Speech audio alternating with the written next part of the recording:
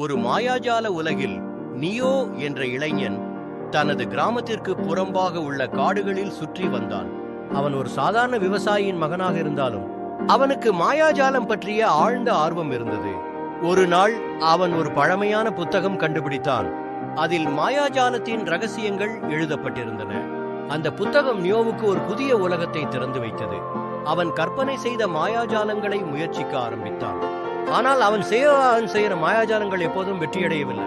அதனால் அவன் மனம் நொந்து தன்னுடைய திறமைகளை சந்தேகிக்க ஆரம்பித்தான்.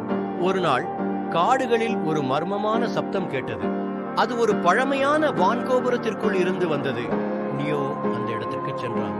அங்கு அவன் ஒரு அழகான ஆனால் பயங்கரமான தேவதை உள்ளதை கண்டான். அவளது பெயர் லுமினா. அவள் நியோவின் மாயாஜால திறமைகளை உணர்ந்தாள் மற்றும் அவனுக்கு ஒரு சவால் வைத்தாள். நீ எனக்கு ஒரு மாயாஜாலம் காட்டினால் நான் உனக்கு மாயாஜாலத்தின் ரகசியங்களை கற்பிக்கிறேன். நியோ தன்னுடைய பயத்தை மீறி தனது திறமைகளை பயன்படுத்தி ஒரு மாயாஜாலத்தை உருவாக்கினான்.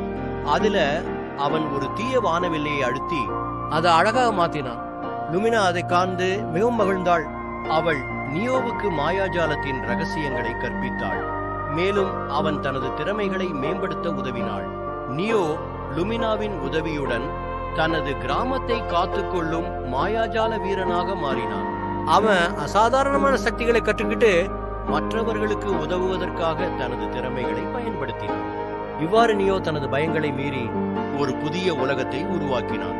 தனது கிராமத்திற்கும் மக்களுக்கும் ஒரு புதிய உம்மீதளித்து